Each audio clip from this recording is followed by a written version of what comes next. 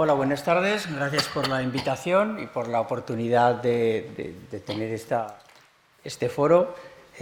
Bueno, ya habrán visto que soy el único que no lleva chaqueta y corbata. Me habían dicho que así parecía más joven. Digo, bueno, pues voy a...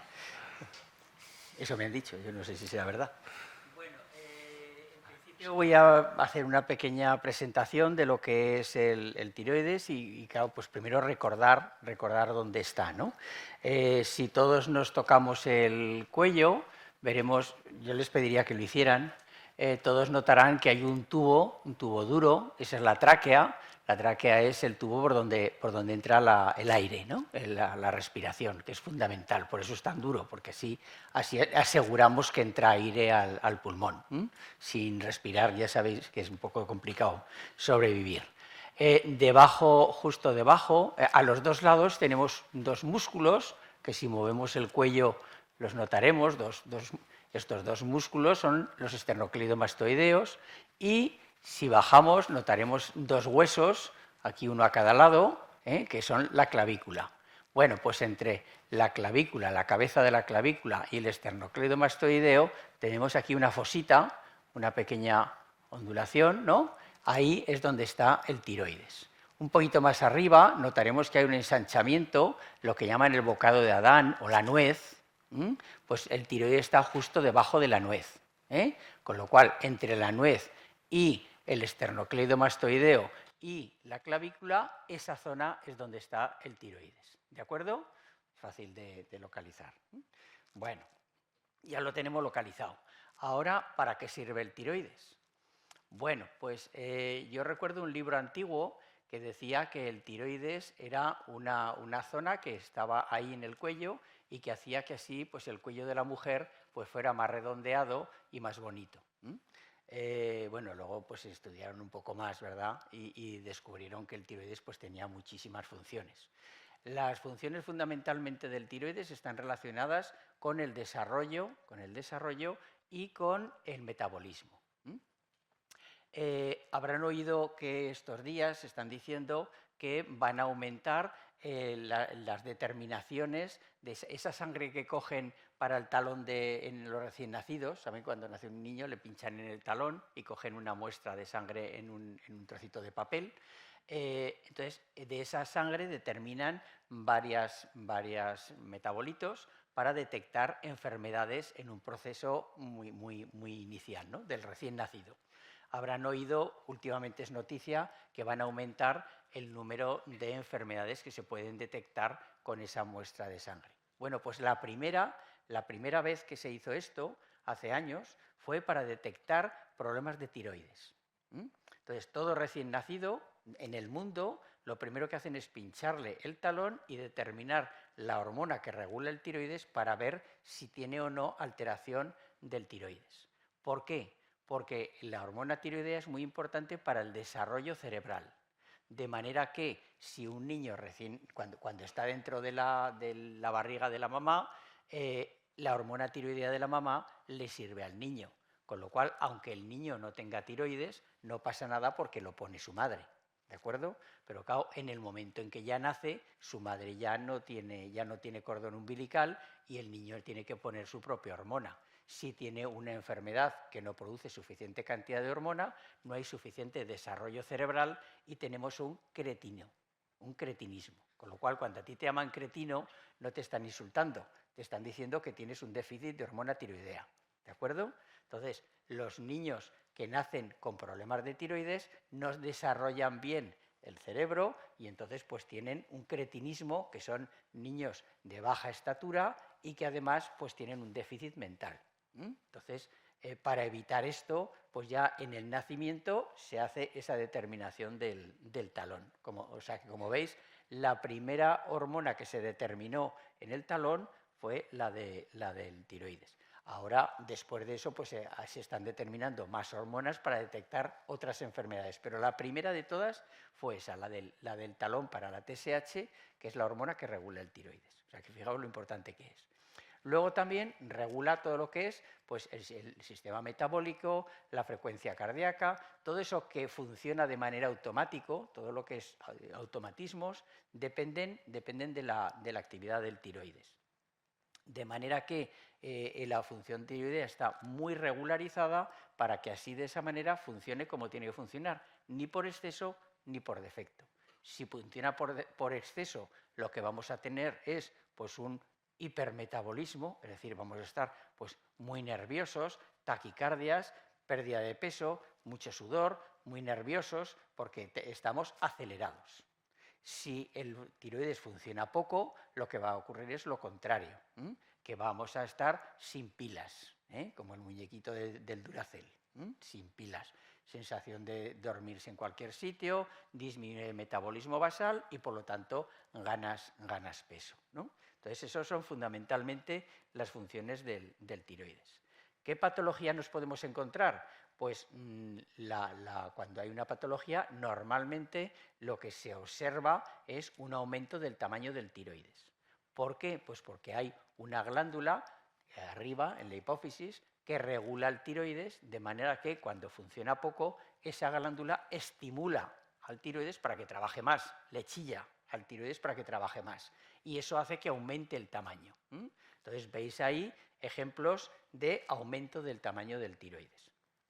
Esto antiguamente pues era muy frecuente, ¿no? Yo me acuerdo cuando empecé a trabajar en el ambulatorio que les preocupaba, yo pues, entonces era jovencito, y me acuerdo pues lo típico de las señoras mayores que venían a la consulta que me decían, uy, hijo mío, si esto del tiroides es más viejo que tú. Si ya mi hijo, el pequeño, cuando yo me quedé embarazada, ya me dijeron en la bomba de cobalto que tenía bocio, ¿no? Entonces, esto es algo que antiguamente pues, se estudiaba poco y las señoras mayores pues, era bastante frecuente el que apareciera bocio, pero la verdad es que hoy en día pues, es un tema que se estudia ya con mucha intensidad en atención primaria en cualquier sitio. Yo me acuerdo, pues yo cuando empecé a trabajar en el ambulatorio, digo, era muy jovencico, acababa de terminar la residencia, tanto que muchos me decían, hijo mío, cuando seas médico, serás buen médico. Y digo, señora, que soy especialista ya.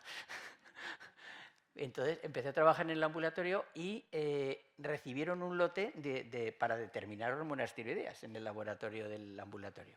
Y claro, ¿quién se hizo? Pues las enfermeras que estaban en el laboratorio, ¿no? ¿Qué ocurrió? Pues que salió un montón de alteraciones, de analíticas alteradas, y yo acababa de llegar, no me conocía nadie, y de pronto me encuentro con que suben todas las enfermeras del laboratorio a ver al endocrino nuevo que acaba de llegar, pues todas con el resultado de los análisis en la mano, ¿no? ¿Por qué? Pues porque la patología tiroidea es muy frecuente en la mujer en la edad menopáusica. Aproximadamente el 20% de las mujeres menopáusicas tienen patología tiroidea. Y ya os podéis imaginar que las que estaban trabajando en el laboratorio pues eran todas con muchos puntos, con mucha antigüedad, y por lo tanto pues muchas eran ya en edad menopáusica. Con lo cual pues me encontré que de pronto fui el médico más popular del ambulatorio por esa razón. Entonces, lo primero que uno tiene como defecto profesional es que cuando estás hablando con una mujer, sin darte cuenta, le miras el cuello y le miras esta zona de ahí que os he comentado, y a veces no lo puedo evitar, digo, por cierto, ¿sabe usted que tiene un nódulo tiroideo, verdad? Porque es algo que se ve, ¿no? Bueno, ¿qué podemos encontrar tanto en lo que es la disfunción del tiroides? Pues podemos encontrar tanto hiperfunción como hipofunción. En la hiperfunción, pues ya veis que está la pobre mujer. Si ponemos una mujer, será porque lo más frecuente es la patología en las mujeres. Por eso el dibujante ha hecho el dibujo en mujer, porque lo más frecuente es la que sea en patología en las mujeres. ¿Y qué es lo que nota una mujer cuando tiene un exceso de hormona tiroidea? Pues eso, que está acelerada. Claro, el problema de esto es que cuando uno tose, pues dice, pues será de pulmón o será de corazón. Cuando uno tiene un problema que orina poco, dice, pues será de riñón. Pero claro, cuando uno está nervioso, pues será por nervios o será por función tiroidea. ¿Eso qué quiere decir? Pues que la determinación de hormonas tiroideas es la determinación más frecuente hormonal. O sea, a todos nosotros, si miramos ahora la historia clínica electrónica, que te salen todos los análisis que te han hecho, ¿no? Es una maravilla, ahora le das al clic y te salen todos los análisis. Antiguamente no, los análisis estaban en la historia y entonces pues tenías que ir a buscar los análisis que habían ido haciendo, pero ahora con la historia clínica electrónica tienes todos. Entonces es raro a la persona adulta de mayor de 40 o 50 años que no tenga alguna determinación de hormona tiroidea, porque tanto en situación de nerviosismo, insomnio, taquicardias, pérdida de peso sin razón, pues una de las cosas que descartas es el hipertiroidismo. Normalmente ese hipertiroidismo va asociado a bocio, aumento del tamaño del tiroides, con lo cual lo primero que haces es, pues eso, mirarle ahí la zona, ¿no? Pero puede ser que no, bueno, pues tenga el cuello más cortito, no se le vea bien y entonces pues le pides unas hormonas. Entonces, veis ahí todas las alteraciones que pueden aparecer en una hiperfunción. Insisto, todas esas alteraciones, ninguna es específica. O sea, en los nervios, el tomar mucho café, pues también te puede producir todo esto, ¿no? Con lo cual, pues ese es el gran problema de la patología tiroidea, que tiene una sintomatología muy inespecífica, ¿de acuerdo? Entonces, pues tiene aumento de todas las actividades. A nivel intestinal, pues te puede producir diarrea. A nivel de sudoración, taquicardia, te puede producir también, en algunos casos, esoftalmo, los ojos pues más grandes. Me acuerdo que una señora le dijo, como venía a la consulta por diabetes, pero le vi con los ojos así, digo, le voy a pedir unas hormonas tiroideas porque le veo los ojos así un poco saltones y me dice, perdone, yo los he tenido siempre bonitos. Digo, vale, no he dicho nada, no, no. Otra me acuerdo que también tenía los ojos así muy colorados y digo, pues le voy a pedir unas hormonas tiroideas, que le veo los ojos y dice, es que soy de un pueblito y dice, y me he tenido que levantar a las 6 de la mañana para coger el autobús y llevo todo el día esperando. Digo, vale, pues no. La miopía también produce ojos saltones o lo que llamamos esoftalmos, ¿no? El hipertiroidismo en la Edad Media, a las pobres mujeres con hipertiroidismo en la Edad Media, el problema es que pensaban que eran brujas y las quemaban. Porque uno de los síntomas que produce el hipertiroidismo es el dermografismo, es decir, que te tocan la piel y se te pone colorado. Entonces, claro, llegaba el iluminado de turno, te hacía con el dedo la señal de la cruz en el pecho, se te ponía colorada y decía, está endemoniada, y a la pobre a la hoguera.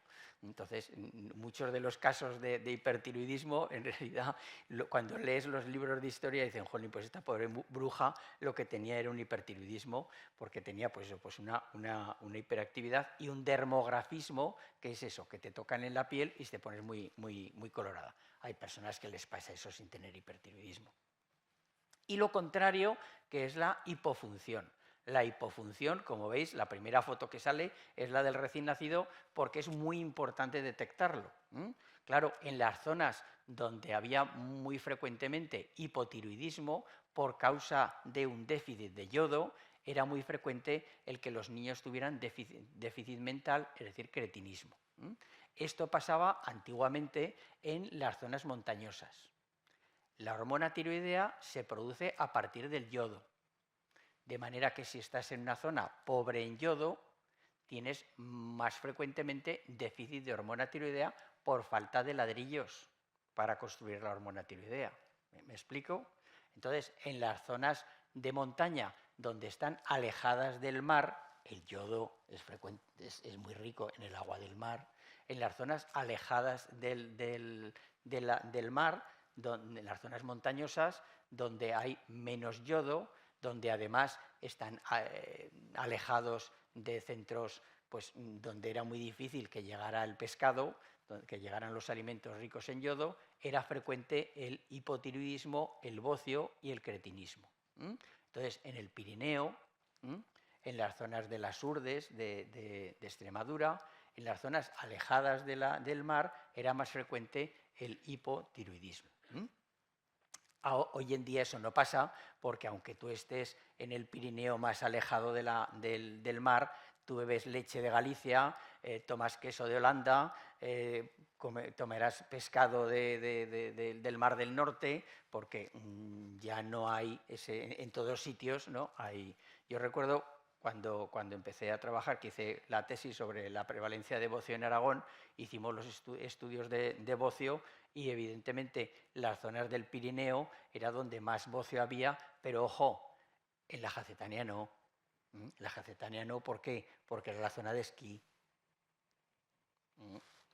Si te ibas al Pirineo, a la zona donde no había esquí, y allí el pueblico no tenía pescadería, no tenía más que una tienda de ultramarinos, que te estoy hablando hace muchos años, que yo soy muy viejo, no había más que una tienda de ultramarinos, con lo cual pues había poca aporte de alimentos ricos en yodo. En cambio, en la zona de Jacetania, que era la comarca de Jacetania, que era donde estaba el esquí, allí había pasta y allí tenías un eroski, tenías bueno, en aquella época no había Mercadona, pero había, es decir, tenías supermercados y entonces la gente, pues la alimentación era variada, ¿no? Entonces, esto del hipotiroidismo por déficit de yodo, pues digamos que hoy en día es algo anticuado.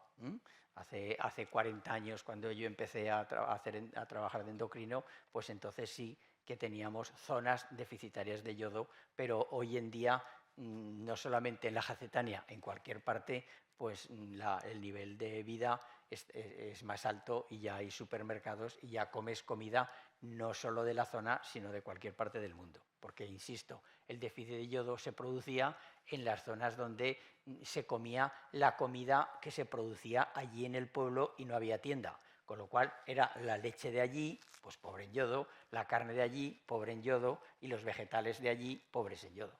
Ahora, como compras en el supermercado, pues insisto, el queso es de Holanda, la leche es de Galicia y la carne pues de Argentina. Con lo cual, pues ya el déficit de yodo no te ocurre. Y bueno, pues eso es un poquito lo que lo que os quería plantear. ¿Qué es el tiroides? ¿Dónde está? Es fundamental. No confundir la nuez o el bocado de Adán con el tiroides. Esto es el cartílago. Esto es un cartílago, no es el tiroides está justo debajo. Yo creo que ya, tocándonos todos, yo creo que todo el mundo ya sabe dónde tiene su tiroides. ¿De acuerdo? Y la función, pues, es fundamentalmente en los niños el desarrollo cerebral y en los adultos, pues, lo que serían las pilas, ¿no? El metabolismo. ¿De acuerdo? Bueno, pues ya con esta pequeña introducción, pues dejo paso al doctor Martín, que nos hablará de su relación entre la enfermedad cardiovascular y la disfunción tiroidea. Ah, bueno, ay, sí, me he dejado aquí lo más interesante. El hola. Aquí vemos a la izquierda, pues vemos lo que es una chica cuando estaba en situación normal, y a la izquierda, fijaos, cuando está en hipotiroidismo. Le vemos los ojos más apagados, la cara más redondita, porque hay una disminución de la función tiroidea y por lo tanto pues está como más sonolienta, con menos ganas de trabajar, con menos ganas de hacer cosas, más adormilada. Y bueno, pues luego la otra yo creo que la conocemos todos, ¿no? No sé si sabréis que tuvo un hipotiroidismo y hasta que le diagnosticaron el hipotiroidismo, pues la muchacha empezó a ganar peso. Yo creo que esto también lo he sacado de Lola. Y ahora sí que dejo paso al doctor Martín. Bueno, pues buenas tardes a todos. Buenas tardes a todos. Yo ahora voy a continuar en la exposición centrándonos en lo que es el tema de este ciclo, que es la salud cardiovascular. Y, pues lógicamente, y ya como estamos aquí, pues todos podemos sospechar que cuando el tiroides se enferma, pues también lo puede hacer el corazón. Como ha presentado el doctor Sanz, muchas de las enfermedades que afectan al tiroides, tanto por exceso de función como por defecto de función, como tiene unos efectos en tantas funciones del organismo, pues por varias vías terminan afectando al corazón.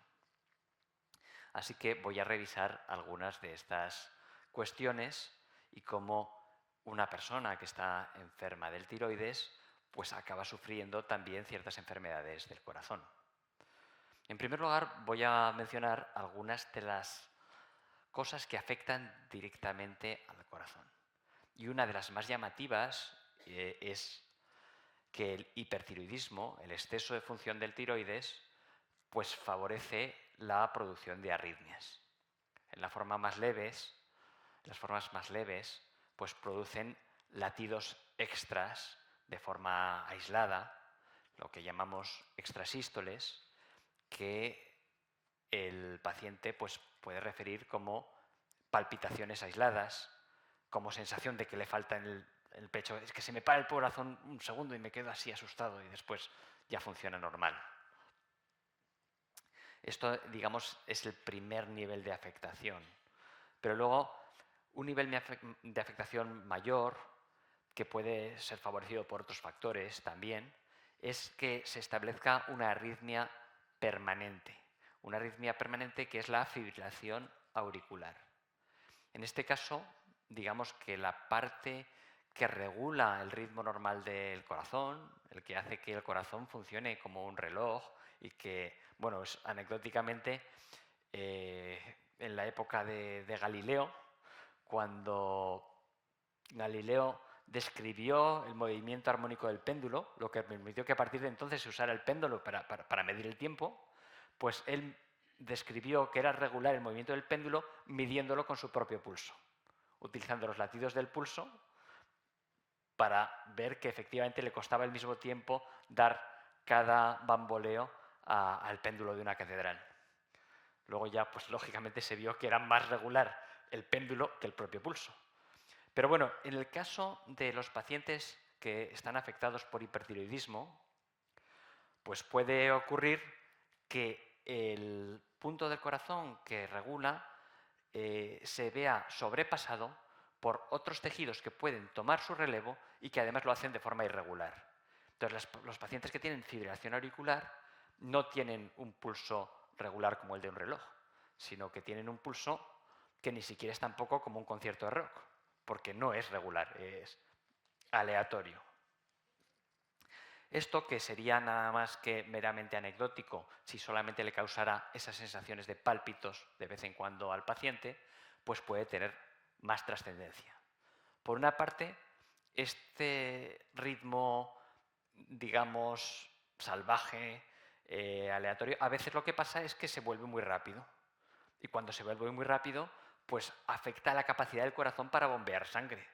Pues porque como todos los trabajos que llevan un esfuerzo regular, pues hay que hacerlo de forma regular, pausada, dando tiempo a que los movimientos se hagan adecuadamente. Pero cuando el corazón se mueve muy rápido, pues también bombea regular. Y eso puede afectar al paciente. Puede afectar al paciente normal y puede afectar al paciente que tenga también otras alteraciones ya de base del corazón. Pero no solo es esto lo que puede afectar al paciente que sufre una fibrilación auricular. El paciente que sufre una fibrilación auricular, lo que le ocurre es que de su corazón, dos partes que tiene el corazón son la aurícula y el ventrículo. Y digamos que la aurícula lo primero que hace es, pues pasa parte de la sangre al ventrículo para asegurarse de que esté lleno, para que cuando mande esa sangre a la circulación general, para que podamos ponernos de pie, para que podamos tener suficiente presión en el cerebro y al ponernos de pie no nos caigamos redondos, pues lo lanza después el ventrículo en una segunda fase. Pero el problema de la fibrilación auricular es que esa primera fase, que depende de la contracción auricular, no se produce, porque está permanentemente desorientada la aurícula a base de un montón de voces que le gritan ahora te toca, ahora te toca, ahora te toca, de modo que la contracción auricular no se produce. Eso hace que, aunque el corazón siga bombeando de forma más o menos eficiente, la sangre de la aurícula se queda allí estancada. Se queda estancada más de lo que debería. Y a veces puede formar trombos que de vez en cuando se sueltan y el corazón muy eficientemente los lanza con el resto de la sangre hacia el resto del cuerpo. Cuando ese trombo va a la zona cerebral, pues habitualmente, rápidamente, los mecanismos regulares del organismo consiguen disolverlo, pero cuando no lo consiguen pueden producir un accidente cerebrovascular. También los problemas de ritmo pues, pueden dar lugar a angina, que es el dolor por falta de riego cardíaco, y a síncopes. Otro efecto directo que tienen los problemas tiroideos sobre el corazón son, en el caso del hipotiroidismo, es que se produzca una insuficiencia cardíaca.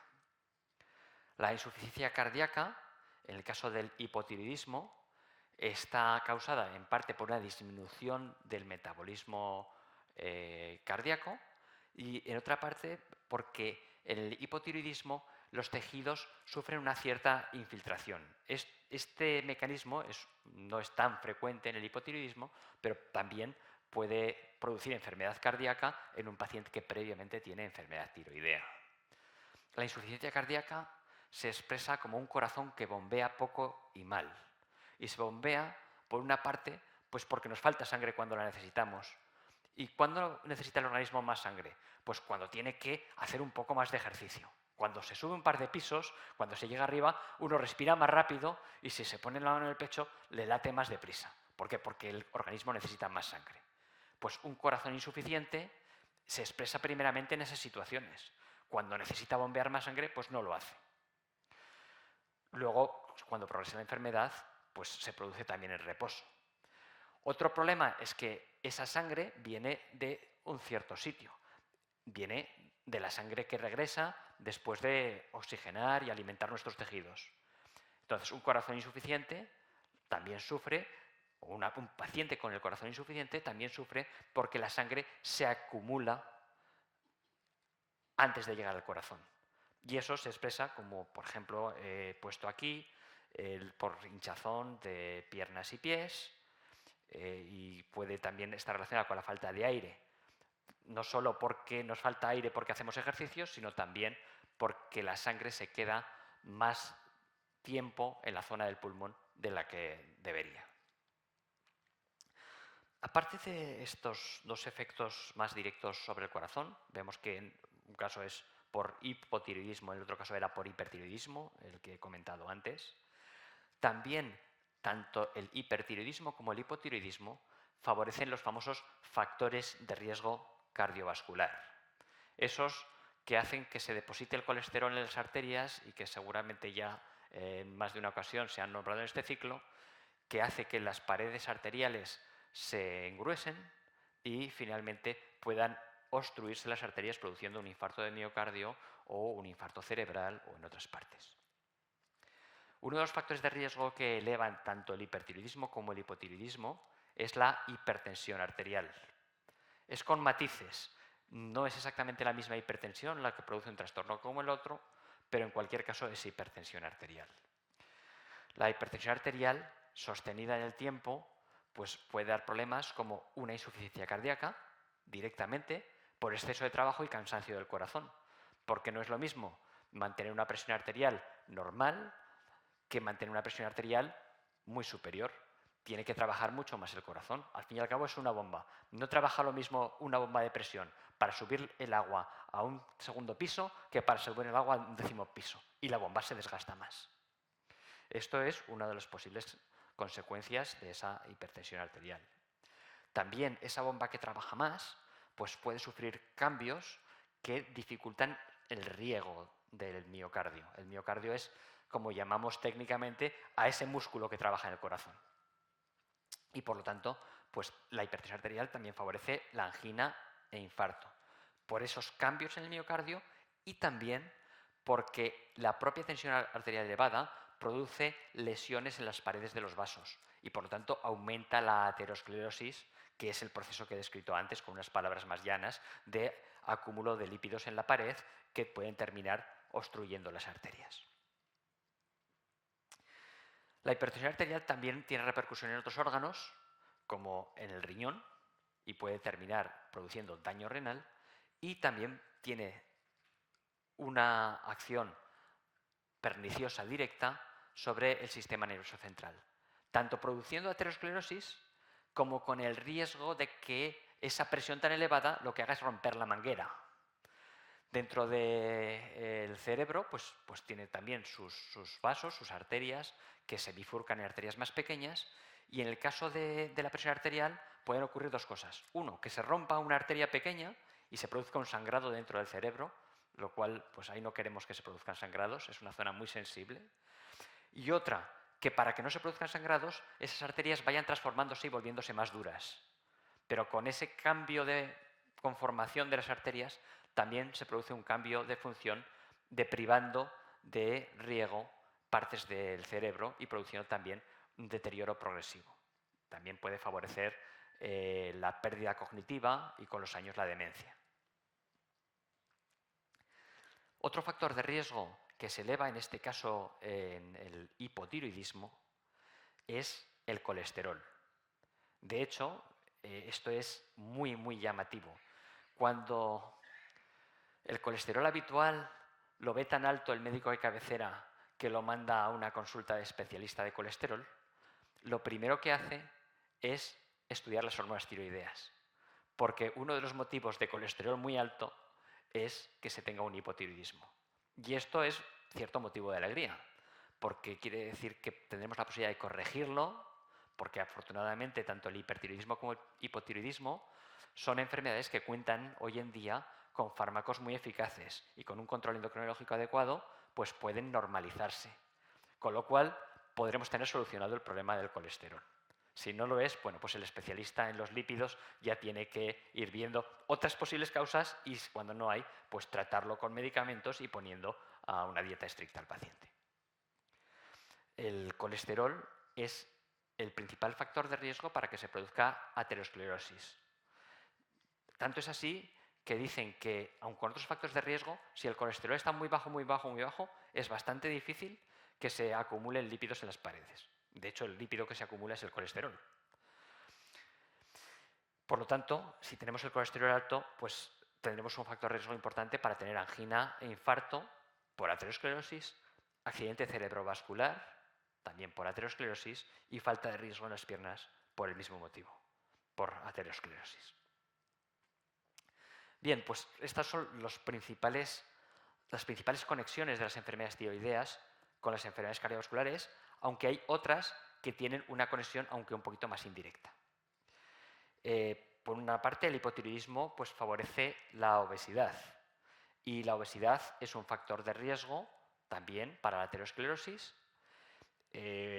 fundamentalmente porque aumentan los lípidos y ya no solo por ese efecto directo del metabolismo que tiene la falta de hormona tiroidea, sino porque los lípidos que se tienen que movilizar en relación con los depósitos de grasa pues son diferentes y eso favorece todavía más que haya unas composiciones de lípidos circulantes que tienden a depositarse. El mecanismo por el cual produce obesidad el hipotiroidismo pues es muy sencillo. Vivimos en una sociedad en la cual nos movemos muy poquito. Y vivimos en una sociedad en la cual afortunadamente no nos falta de comer. La gente dice el horror de la epidemia de la obesidad, pero de cierto modo otra forma de verlo es el éxito de que ya no exista el horror del hambre. Tan solo a principios todavía del siglo XX, el hambre era una causa importante de mortalidad en grandes partes del mundo. Entonces, bueno, que demos un bandazo, pues no es una cosa de momento muy preocupante, ya nos regularemos. El tema es que el organismo también ha cambiado en el último siglo la cantidad de energía que tenemos que gastar para vivir, la cantidad de ejercicio que tenemos que hacer para movernos.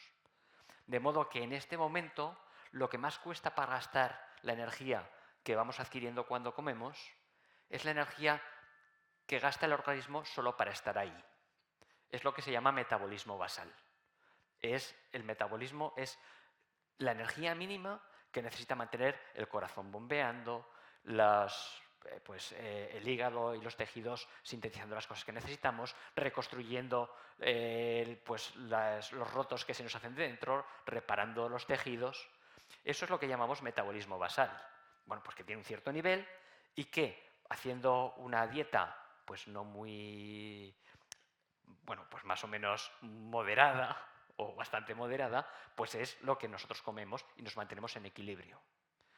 Ahora bien, las hormonas, y es prácticamente como el 80% de la población mantiene su equilibrio de peso. Por eso es tan frecuente que a nada que comamos un poquito más, superemos ese metabolismo basal normal y como no hacemos nada de ejercicio, pues enseguida nos descompensamos y eso se acumula muy rápido. Ahora bien, en el caso de los trastornos tiroideos, y en el que nos ocupa ahora del hipotiroidismo, lo que se produce es que se produce un estado de ahorro energético, porque digamos, no, que vamos a funcionar al 50%. Con lo cual, aunque nosotros no hayamos aumentado la dieta, entraremos en un desequilibrio también muy fácil, y eso favorece el que se produzca una obesidad y un acúmulo de grasa con estas consecuencias. También el hipotiroidismo, y por mecanismos parecidos, pues favorece la diabetes. Y la diabetes es un factor de riesgo muy potente también para la aterosclerosis. Hay que tenerlo en cuenta también como un mecanismo más que conecta las enfermedades tiroideas con las enfermedades cardiovasculares. Nosotros, en el Instituto de Investigación Sanitaria de Aragón, pues hemos realizado investigación en este ámbito. Y solo a modo anecdótico, porque todavía pues, no tiene una aplicación clínica, pues nosotros hemos descrito que incluso con niveles normales de hormonas tiroideas, tenerlas solo un poquito bajas favorece la presencia de síndrome metabólico. El síndrome metabólico es una condición que podríamos decir prediabética y preaterosclerótica, y que consiste en personas que suman varios factores, entre los cuales están la obesidad, la hipertensión y los cambios en los lípidos y unos cambios en la glucosa que no llega a ser diabetes. Estas condiciones se llaman síndrome metabólico y se tienen en cuenta para considerar el riesgo de las personas y para ponerles una dieta y recomendarles cambios en sus hábitos de vida para que puedan corregir este problema. También recientemente nos ha preocupado de qué tal se regula el tiroides.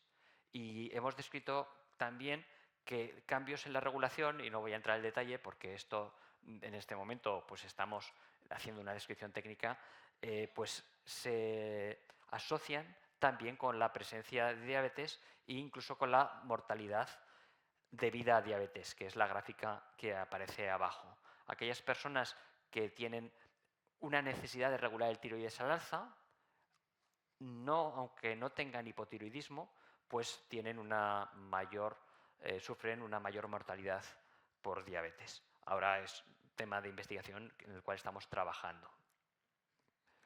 Así pues, viendo la importancia que tiene el tiroides y dentro de este ciclo en la salud cardiovascular, ¿qué es lo que podemos hacer? Bueno, pues en primer lugar, prevenir los trastornos tiroideos. Vamos a proteger ese tiroides. Aunque, como bien ha dicho el doctor Sanz, hoy en día no hay un gran problema de presencia de yodo en los alimentos, también va a depender mucho de la cantidad de pescado que se consuma. Entonces, hay una medida de salud pública que se ha propuesto desde hace muchos años, y es que se añade una pequeña cantidad de yodo a la sal y pues si se consume esa sal yodada, pues nos garantizamos de esa cantidad mínima de yodo. Entonces, en el supermercado, yo creo que hace unos años pues prácticamente toda la sal era yodada, pero ahora ha vuelto a aparecer sal sin yodar.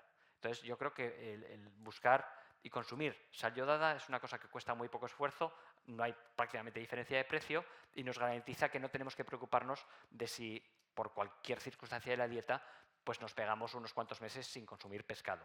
Pescado que en cualquier caso es interesante incorporarlo en la dieta y que por supuesto es interesante el pescado marino. Es decir, las truchas no van a tener yodo para suplir esta necesidad de yodo que tenemos. Hay pocos, aparte de estos, circunstancias de los hábitos de vida que pueden afectar el tiroides. Si hay uno que, bueno, puede ser controvertido, pero que creo que puede estar aceptado, es que un estrés intenso y prolongado en ciertas personas puede llevarles a sufrir un hipertiroidismo. Por lo tanto, evitar el estrés intenso y prolongado pues puede ser también algo que pueda evitar que lleguemos a un trastorno tiroideo. Sin embargo, esto hay que englobarlo en tener unos hábitos de vida saludables. Y estos, en principio, de forma genérica, pues van a prevenir todos los problemas de salud, tanto cardiovasculares como tiroideos. No voy a insistir, esta es una lista muy ligera, muy somera, porque al fin y al cabo parece que los médicos somos unos rolleros y siempre decimos lo mismo. Pero ¿qué hay que hacer? Hay que cuidar la dieta, una dieta equilibrada, que no sea en exceso, que sea suficientemente rica en diversos nutrientes. No voy a entrar en detalle porque esta no es una charla de nutrición. Que hay que evitar el tabaco siempre porque es muy nocivo para el ámbito cardiovascular. El alcohol, hay más polémica porque, sobre todo en una tierra vinícola como España, donde pequeñas cantidades moderadas pues no se han visto que sean excesivamente nocivas, o incluso se ha hablado de cierta protección. Nosotros hemos hecho un estudio también, esto es un poquito anecdótico, donde hemos estudiado la enfermedad aterosclerótica antes de que se manifieste, buscándola con ecografía en las arterias accesibles. Pues hay una arteria aquí en el cuello que es la carótida, que está muy cerquita y se puede mirar con ecografía. También las arterias de la ingle, esas que les rompen a los toreros, los toros con mala uva, pues también son accesibles a verlas con la ecografía. Y nosotros hemos visto si había aterosclerosis ahí en ciertas personas y lo hemos relacionado con los hábitos de tabaco y de alcohol. Y lo que hemos visto es que realmente en una persona que no fuma, a ver, beber un poquito tampoco le afecta mucho, tampoco es que le proteja. Hemos visto que en cambio en el fumador pues había una cierta interacción y fumar y beber iba un poquito mejor que fumar y no beber. Entonces, pero eso no nos lleva a la recomendación de si fumas, bebe. No, porque en cualquier caso el fumador siempre tiene casi el doble o 3 veces más riesgo de tener esas placas de ateroma, ese colesterol depositado, que el no fumador. Hacer ejercicio regularmente y controlar el estrés, que es muy parecido a lo que ya hemos hablado. En tercer lugar, consultar si hay síntomas de tiroides. Y esto sobre todo, además, si se tiene antecedentes familiares, porque a veces hay pequeños defectos genéticos que son parciales y que favorecen pues que la enfermedad tiroidea vaya en familias. A veces también es porque no son defectos por el propio tiroides, sino porque hay una tendencia autoinmune a tener el mismo tipo de enfermedad entre distintos familiares. Entonces, cuando hay síntomas, pues merece la pena consultar al médico y el test es un test sencillo. Los síntomas los ha mencionado ya el doctor Sanz. En el caso del hipotiroidismo, esto es sobre todo cuando encontramos un cambio reciente. Si toda la vida se ha sido así, no tiene sentido. Pues es que aparezca estreñimiento, que se note la piel más seca y pálida, que se empiece a caer el pelo o romper el pelo, aumento de la sensibilidad al frío, sangrados menstruales irregulares en las mujeres todavía premenopáusicas, que haya dolor o debilidad en las articulaciones o los músculos, que cambie la forma de la cara, que esté como hinchada, como congestionada, y ganancias de peso recientes inexplicables. De hecho, suelen ir acompañadas de pérdida de apetito. O sea, esto contrasta con la persona que realmente come con apetito y por eso se engorda. Frente a eso, la persona con hipertiroidismo pues notará los síntomas de la derecha. También cambios en patrones menstruales. Vemos que esto nos sirve para los dos casos. Habitualmente, en el caso de hipertiroidismo puede haber más casos de amenorrea, es decir, falta de menstruación o pérdidas de alguna menstruación. Presencias de palpitaciones, aumento del apetito, y este aumento del apetito suele ir acompañado de una pérdida de peso. Bueno, a veces compensa y no hay pérdida de peso, pero realmente el paciente necesita consumir más. Nerviosismo, dificultad para dormir, sensación de sudoración, mala tolerancia a los ambientes cálidos. Bueno, pues estos son síntomas con los cuales merece la pena consultar al especialista para detectar que si hay un trastorno se trate y por lo tanto evitemos llegar a que se establezcan los factores de riesgo. En el caso de que se establezcan, aparte de corregir los problemas tiroideos, pues habrá que controlar esos factores de riesgo y para ello pues hay que cumplir con la dieta y las recomendaciones de vida que dé el facultativo y tomar la medicación indicada. Por lo tanto, y ya para concluir, pues concluimos que cuidando tu tiroides proteges tu corazón. Y ahora pues estaré dispuesto a contestar cualquier pregunta que aparezca en la sala.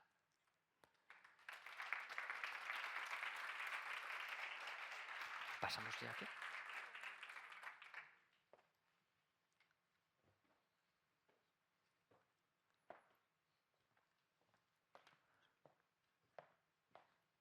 No sé si ya lo quitarán de ahí ya. Bueno, pues... ¿No se me oye todavía? Yo creo que no. Hola, hola. ¿Se me oye ya? Todavía no.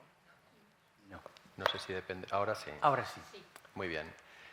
Pues mientras van pensando alguna pregunta que quieren hacerle a los ponentes, al doctor Sanz, al doctor Laclaustra, bueno, les indico que levantarán la mano y les pasarán un micrófono y esperaremos a hablar hasta que llegue el micrófono para que se pueda grabar adecuadamente porque se está grabando la presentación y sus preguntas. Entonces, bueno, si tienen alguna pregunta la pueden ir ya levantando la mano y si no, pues yo también tengo algunas preguntas así que me han ido surgiendo cuando escuchaba la charla. A mí me ha chocado un poco que el 20% de las mujeres pues, en edad de menopausia pues, tenían patología tiroidea. Y yo pues sí que hablando con gente del entorno, sí que veía como que las mujeres en el momento de la menopausia como que a veces hay un cambio metabólico y que quizás se gana peso con más facilidad. Aunque no tengan problema tiroideo, se puede achacar este incremento de peso pues a alguna alteración de esta secreción de la hormona tiroidea o no hay ninguna relación. ¿Cuál es la opinión un poco del experto? Sí, a ver, son dos situaciones distintas. A partir de los 30 años disminuye el metabolismo basal, disminuye la osificación, nos quitan el carnet joven. O sea, a partir de los 30 años empiezan a haber cambios, ¿no? Cambios que evidentemente pues, son muy sutiles, pero claro, van pasando los años y esos cambios son cada vez a mayor. Eso nos pasa en los hombres y en las mujeres.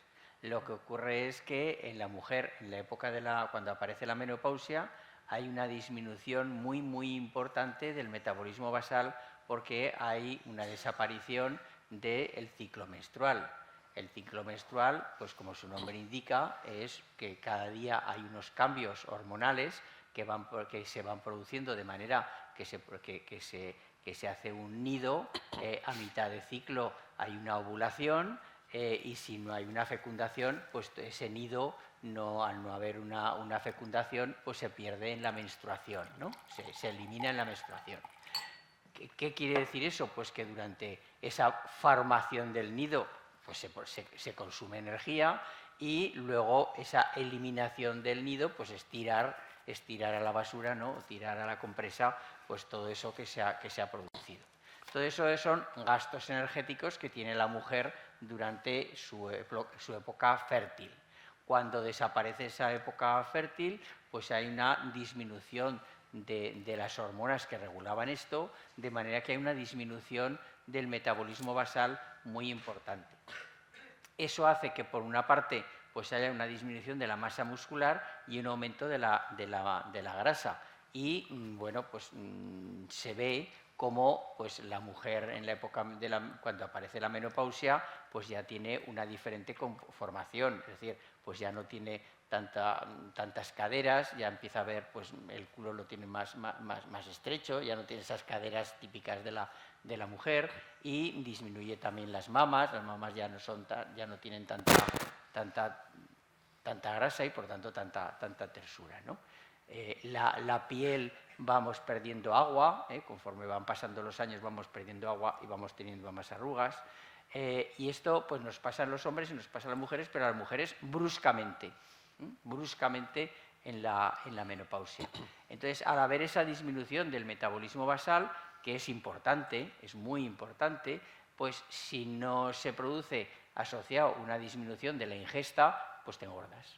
Claro, si disminuye el gasto, pero sigues teniendo los mismos ingresos, pues lógicamente ahorras. Y ese ahorro pues produce obesidad. Entonces, en la mujer en general, en la época menopáusica, hay una disminución brusca del metabolismo basal y por lo tanto hay un mayor riesgo de obesidad. Eso en la mujer en general. Por otra parte, en la época de la menopausia también hay una alteración del sistema inmunitario y es más frecuente la aparición de una enfermedad que es la tiroiditis de Hashimoto, que es la aparición de unos anticuerpos que atacan al tiroides y entonces pues el tiroides pues poco a poco va decayendo hasta producir una hipofunción. Y esto ocurre alrededor del 20 o el 30% de las mujeres menopáusicas. Con lo cual, pues es lo que comentaba, que es muy frecuente en la edad esta en la aparición del hipotiroidismo. Tanto es así que, como veis por mi edad, pues ¿qué ocurre? Que todas las enfermeras que se jubilan acaban en mi consulta. Los endocrinos jóvenes pues no tienen esa cuestión, pero casi digo yo, casi voy a montar una consulta de las jubiladas, porque como tengo la edad, yo sigo trabajando, pero muchas se han jubilado y me vienen a la consulta, ¿no? Entonces, son dos cosas distintas. Una cosa es que la prevalencia de hipotiroidismo en la mujer menopáusica es más frecuente y otra cosa es que la obesidad por una disminución del metabolismo basal afecte a todas las mujeres en edad menopáusica. ¿De acuerdo? Si hay alguna pregunta, si no, pues tengo otra pregunta pensada para el doctor Laclaustra. Algunos de los efectos de la hormona tiroidea se parecen mucho a lo que ocurre cuando estamos nerviosos, aumento de frecuencia cardíaca, bueno, etc. ¿Hay alguna conexión o alguna sinergia entre la hormona tiroidea y las hormonas del estrés, las catecolaminas? Pues sí, es una explicación que bueno, pues la manejamos nosotros habitualmente, y es que las hormonas tiroideas favorecen la acción de las hormonas del estrés.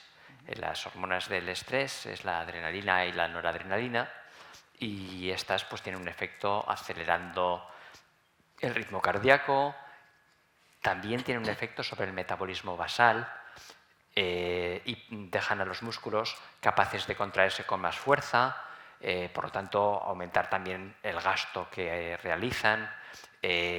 Producen un efecto cardiovascular curioso porque no solamente aceleran el corazón, sino que aseguran una vasodilatación, redirigen el flujo a los músculos para que lo reciban bien, aunque lo retiran también a veces de la piel.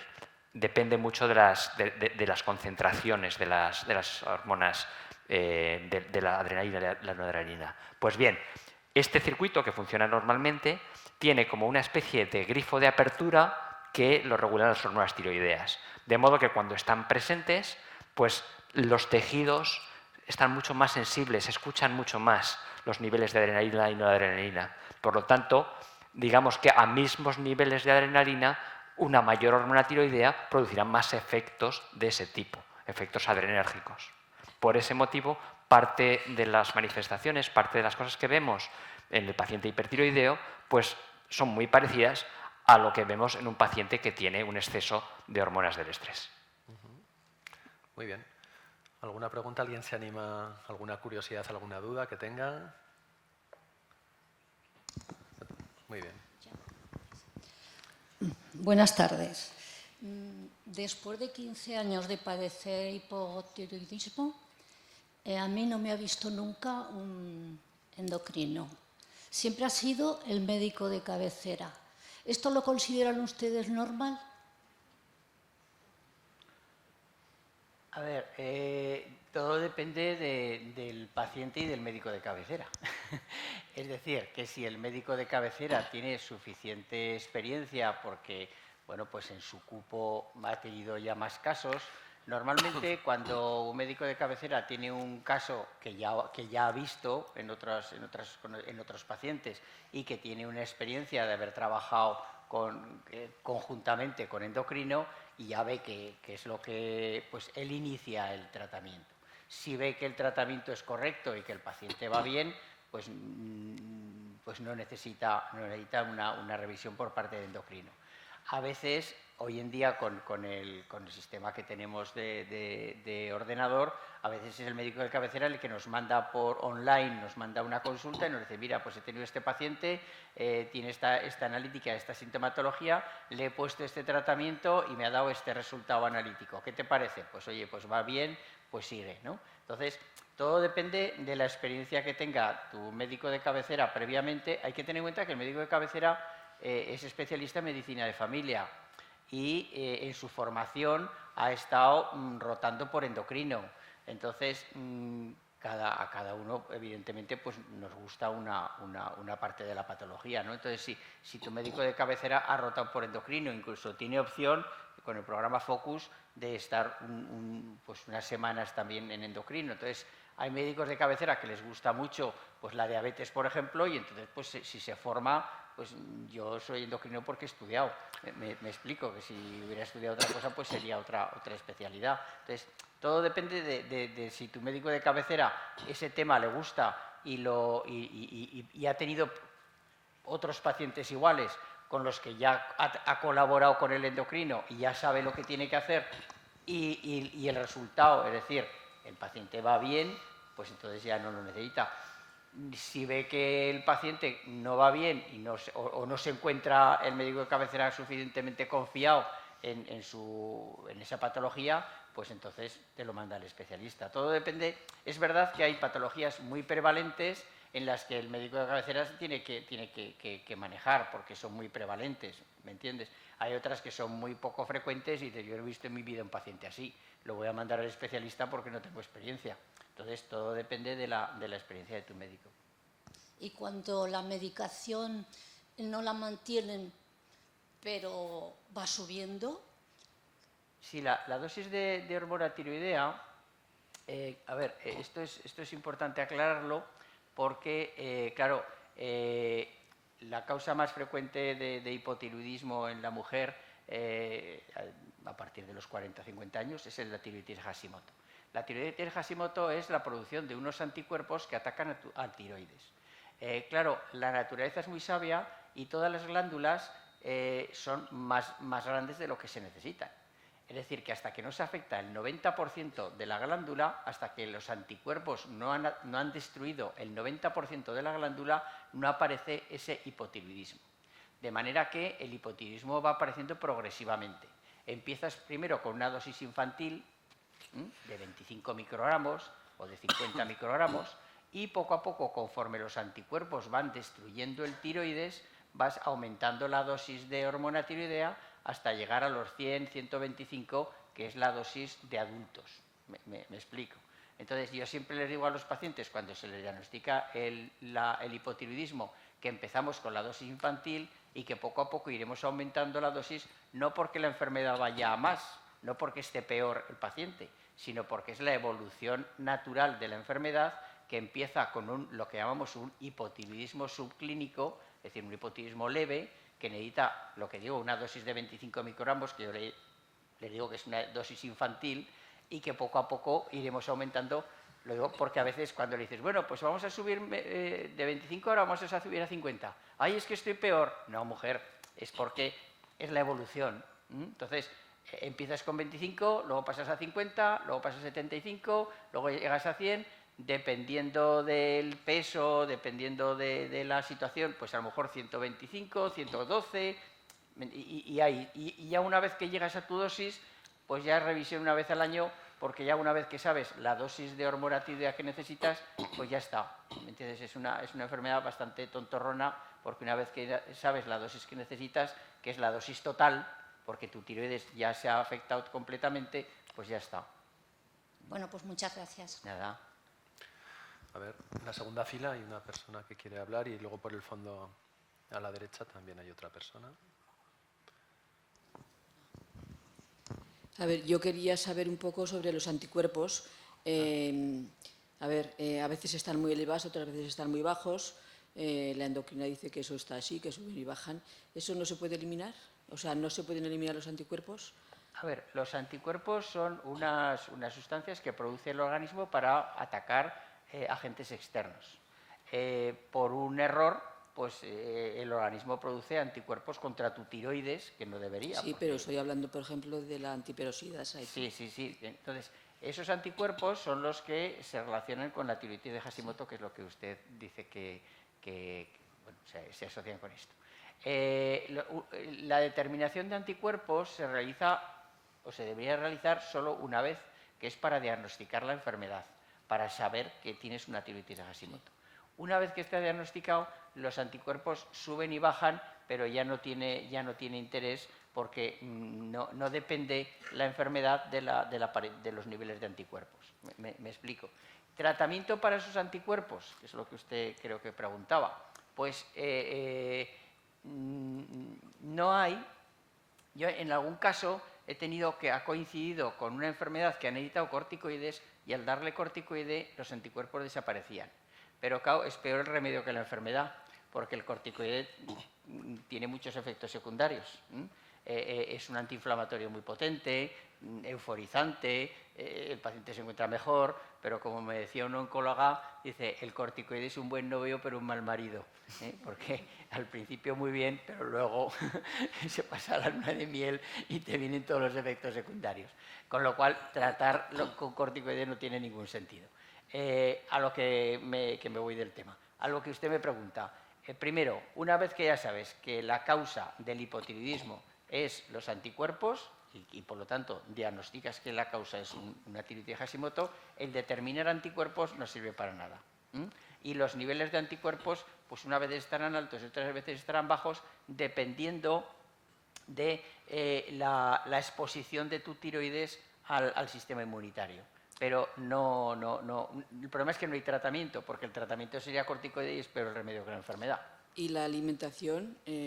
La alimentación no te va a influir para nada. ¿No influye para nada? No, porque... Pero hay, por ejemplo, algunos oligoelementos como el selenio y tal que van bien para el tiroides. A ver, ¿eso es bueno o no? Mira, te explico.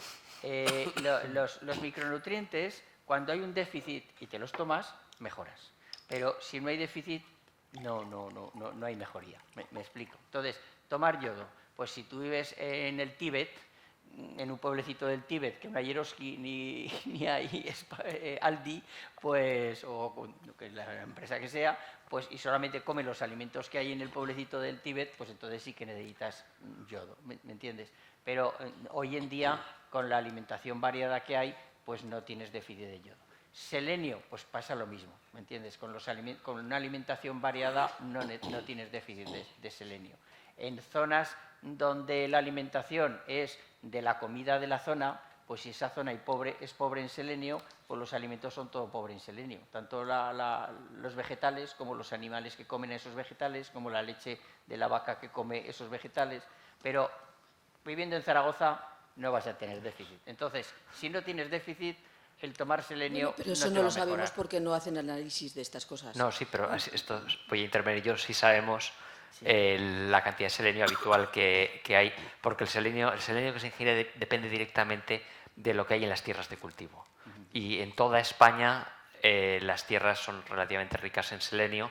De hecho, solo hay zonas de déficit de selenio en algunas extensiones de tierra en Estados Unidos y en otras extensiones de tierra en China. Y es que da la casualidad de que también yo he hecho alguna investigación en selenio, entonces... y entonces, pues por lo tanto, a unos niveles normales en las tierras de cultivo, la cantidad de selenio que se ingiere es normal. De hecho, es curioso porque el selenio también puede dar algún problema en algunas regiones también específicas que tienen mucho selenio en las tierras de cultivo. Pero eso es muy específico de las regiones. Entonces, por lo tanto, se confirma que el selenio... Bueno, por tomar un poquito en un complejo multivitamínico mineral, pues tampoco tiene por qué hacer daño, pero tampoco podemos esperar milagros procedentes de... y referente al yodo, o sea, a mí me han dicho que no tome yodo tomando la pastilla. Claro. Que no tome yodo, Claro ni que soja. A Ni ver, yodo ni soja. a ver, Tomando la pastilla de levotiroxina. Sí. A ver, si tú tienes un hipotiroidismo, lo que necesitas es tomar el tratamiento con hormona tiroidea sustitutiva. Eso es de cajón. Sí. Que luego dices, bueno, querría mejorar de otra cosa. Bueno, pues lo primero es tomar el tratamiento y además de forma continuada, que no se te olvide. Acuérdate de dejártelo siempre en la mesilla por la noche o en el cepillo de dientes por la mañana o algo que lo veas, ¿no? Y que te acuerdes de tomártelo. Eso es fundamental. Luego todo lo demás, pues ya es, viviendo en la sociedad en la que vivimos, es anecdótico. No, pero es que esto me lo dijo el endocrino, o sea que te... ¿El qué? Lo de que no tomara yodo ni soja. A ver, lo del yodo de soja es porque si tomas mucha cantidad de yodo, pues puede alterar la absorción de hormona tiroidea. Y la soja también puede alterar la absorción de hormona tiroidea, porque el organismo es muy... Es que el organismo es muy inteligente, de eso vivimos los médicos, de lo inteligente que es la naturaleza. Entonces, si tú estás tomando alimentos que pueden aumentar la producción de hormona tiroidea, pues eso, el intestino, que es muy listo, pues lo que hace es disminuir la capacidad de absorción. Entonces, puede alterar la absorción. Es lo mismo que ocurre, a veces te dicen, tómese la pastilla del tiroides en ayunas. ¿Por qué? Pues porque en ayunas se absorbe mucho más rápido que si lo mezclas con otros alimentos o con otros fármacos, ¿entiendes? Pero vamos, lo importante es que te tomes la medicación. Sí, Esto es lo que no se te olvide. Llevo muchos años. Eso es lo más importante.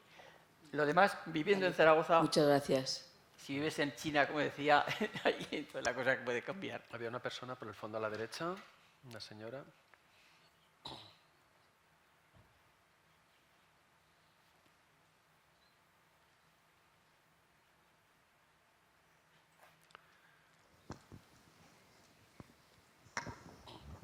Estoy diagnosticada de hipertiroidismo y me dieron tomé una pastilla nuclear.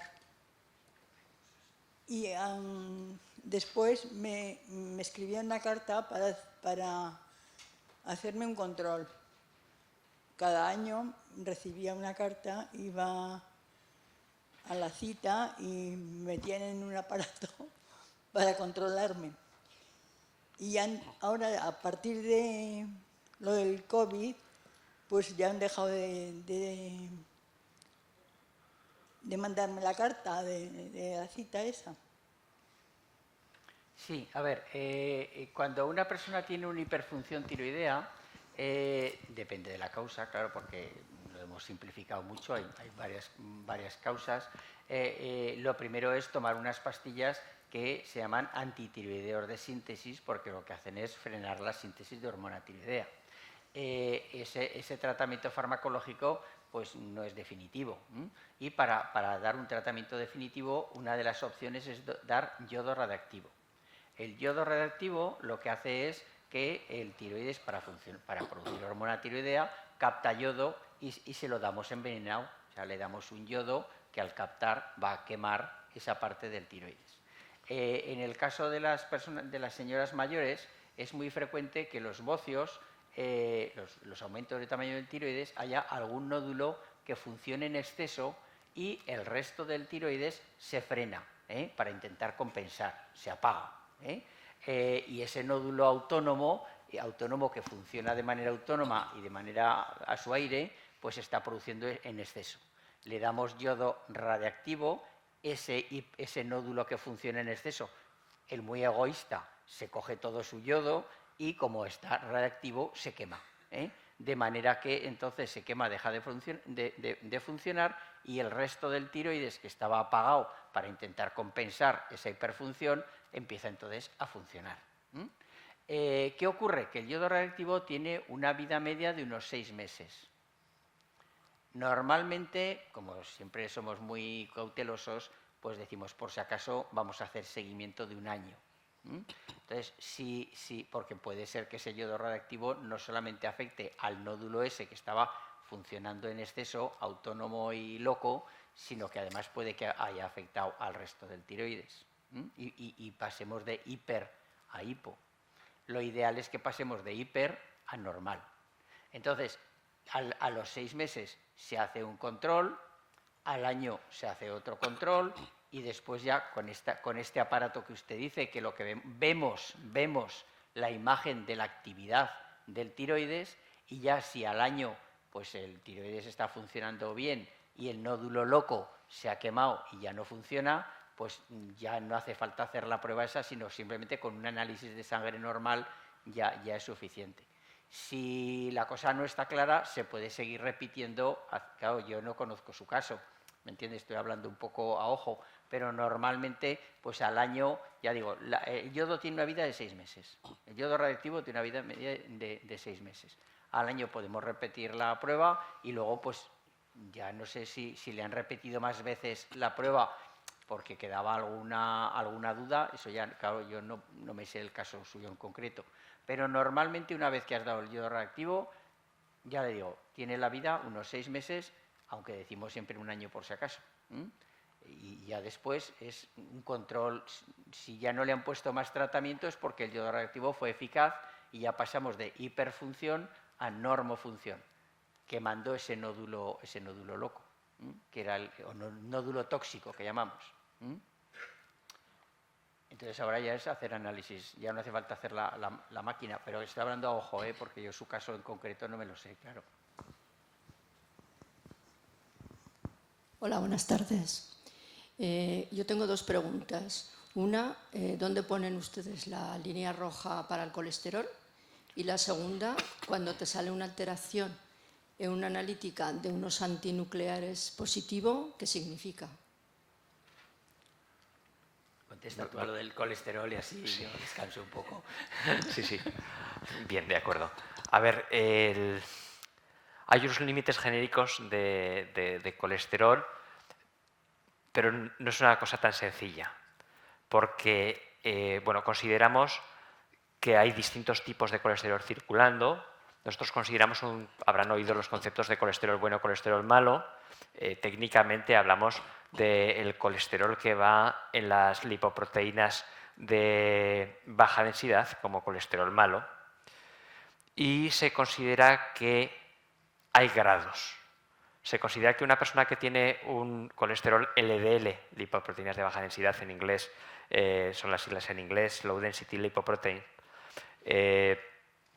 por encima de 130 ya empieza a tener unos niveles que suponen un cierto riesgo. Y estamos hablando de una persona que no tenga ningún otro factor de riesgo cardiovascular.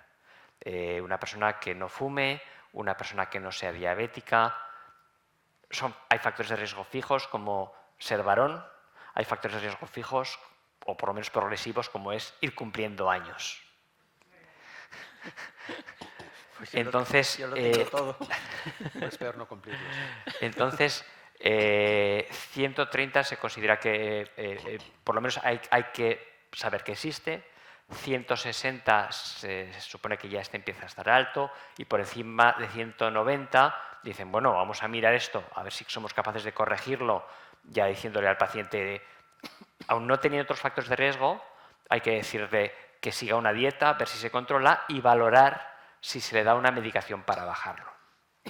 Pero claro, todo esto tiene matices, porque si el paciente tiene otros factores de riesgo, como es diabético o es fumador o pues es varón ya con unos años, pues hay toda una serie de escalas que manejamos los especialistas con las cuales consideramos, no, es que ya no queremos que esté por encima de... Bajan, digamos, unos escalones. No, consideramos que teniendo todos estos factores mejor que el colesterol esté por debajo de 100.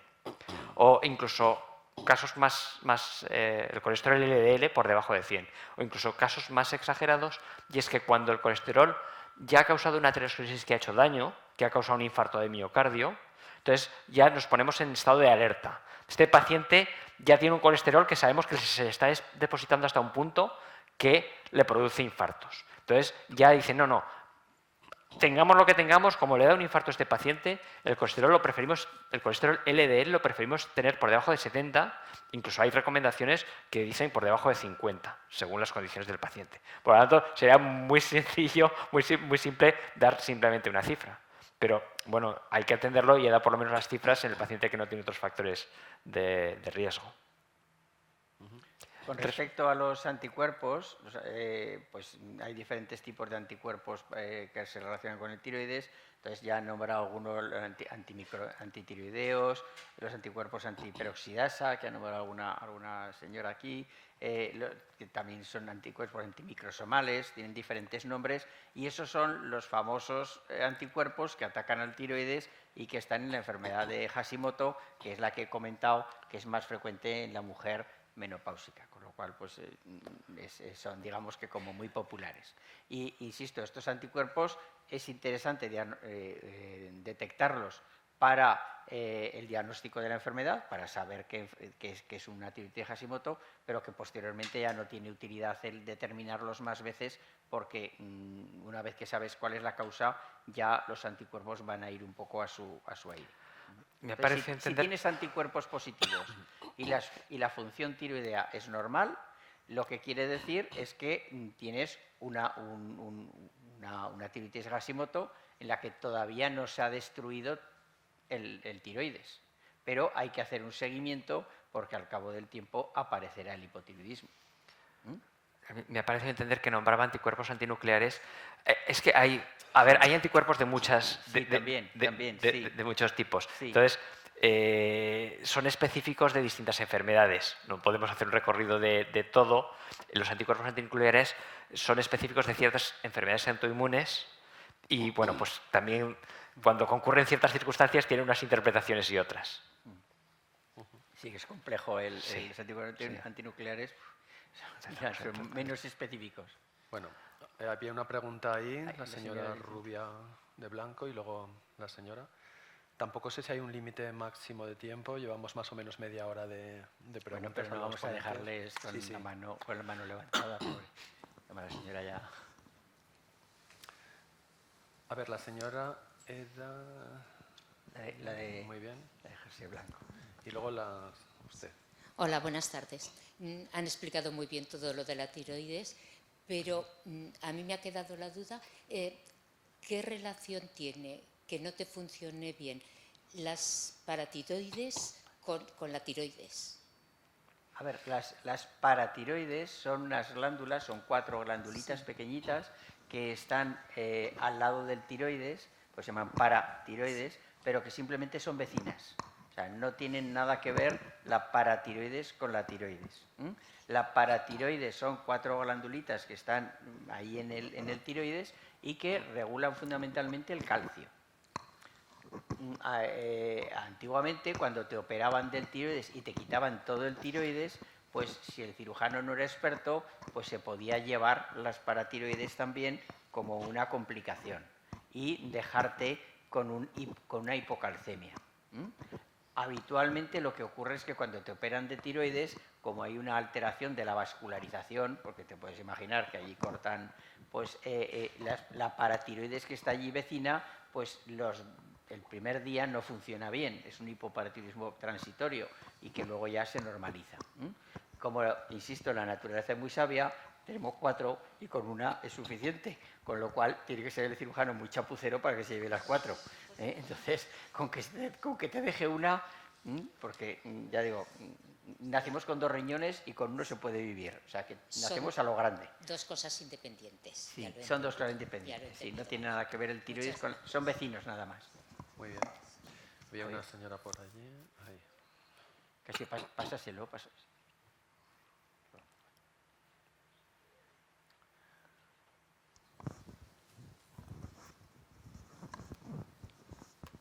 Hola, buenas tardes.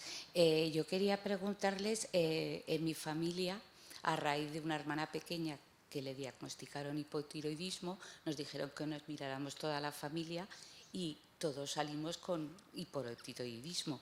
Entonces a mí, yo tendría unos 30 años, cuando me miraron me sacaron que tenía también síndrome de Hashimoto. Entonces, ¿es compatible dar las 2 enfermedades en la misma tiroides? Sí, a ver, en realidad es la enfermedad, yo me imagino que sería la enfermedad. Claro. A ver, es verdad que la síntesis de la hormona tiroidea tiene como unos 30 pasos. Y en cada paso pues, se necesita un enzima distinto. Con lo cual es muy frecuente que haya alguna alteración de algún enzima que sea hereditario. Con lo cual es bastante frecuente la asociación familiar. Es bastante frecuente. No quiere decir que su caso es un poco raro, o sea, el que todas las hermanas tuvieran esa alteración tiroidea es un poco frecuente. Sí que es frecuente el que haya una asociación, el que digamos, sí, pues mi hermana también ha tenido una tiroiditis de Hashimoto o ha tenido un hipotiroidismo, o sea que algo de agregación familiar suele haber, pero tanto como para que todas las hermanas tengan hipotiroidismo. Sí, pues somos 4 y incluso mi padre también se lo sacaron. Pues ahí lo que pasa es que ese es un tema que está poco investigado. El hipotiroidismo congénito está poco investigado, pero ya digo que hay como creo que son 24 pasos para la síntesis de hormona tiroidea, y en todos existen, el más típico es la síndrome de Pendret, pero hay muchas otras alteraciones en la síntesis de hormona tiroidea que no están Y diagnosticadas. me voy a permitir hacerles otra breve pregunta. A mí me dijeron que no era bueno tomar el agua de Aragón porque lleva mucha cal. Hombre, sí, claro, pero el que sea rico en cal... No sé, me dijeron, mejor no bebas agua del grifo porque lleva mucha cal y no es bueno para la tiroides. Bueno, para la tiroides en realidad no, es malo para todo. Quiere decir que el problema es que te puede producir cálculos renales, pero igual en Aragón que en muchas partes de España. Sin embargo, también ha habido estudios que han asociado la dureza del agua con la enfermedad cardiovascular en un sentido protector. De modo que no hay mucho... No hay mucho al respecto. O sea que... Sí que había antiguamente eso, que en las zonas deficitarias de yodo, una de las cosas que se hacía era el recoger agua, muestras de agua para ver los niveles de yodo del agua, ¿no? Ibas a la fuente de los pueblos y cogías una muestra. En cualquier caso, el agua de Zaragoza viene desde hace muchísimos años del canal y es agua que no tiene la misma dureza que el agua extraída de pozos locales. Entonces, aunque últimamente ha habido una vía más que creo que bajan de agua de Huesca, y entonces hay ciertas fluctuaciones en la dureza del agua. Pero bueno, tampoco soy un experto en ese tema. La información recibida es secundaria. Yo creo que tampoco no es un tema fundamental y no es una cosa que se haya estudiado que cause grandes alteraciones en la salud, salvo que haya propensión en los cálculos renales, en cuyo caso se recomienda una menor ingesta de calcio. Había asociado calcio con tiroides y en principio no... No tiene por qué. No. Otra cosa es, ya digo, antiguamente yo cuando hicimos el estudio de la prevalencia de bocio en Aragón, pues aparte de explorar a los niños para ver la prevalencia de bocio, pues también recogíamos una muestra de orina para ver la eliminación urinaria de yodo y recogíamos una muestra de agua del pueblo para determinar yodo en el agua y en la orina de los niños para ver si había zonas de déficit de yodo, ¿no? Y por eso, por lo que han comentado, que ya les he comentado en la presentación, lo de que los estados pues, se preocuparon pues, de enriquecer o bien la sal o bien el pan, o incluso se habló en Australia se yodaba el agua. Lo que pasa es que luego se vio que no era rentable porque el agua que se consume del grifo, pues es que un porcentaje muy escaso es de bebida. La mayoría pues es para el inodoro, para fregar, se tiraba yodo que no tenía ningún sentido. Entonces, sal marina o sal yodada es lo que al final la mayoría de los gobiernos pues han utilizado para aportar yodo, que ya digo, eso es algo, digamos que antiguo. O sea, hoy en día, pues ya digo, como comemos alimentos del mundo, pues es muy raro el que tengas un déficit de yodo. En la mujer embarazada, en el principio del embarazo, sí que se les da unos suplementos de yodo para evitar el déficit de yodo durante el embarazo, pero ese es otro tema. Muy bien.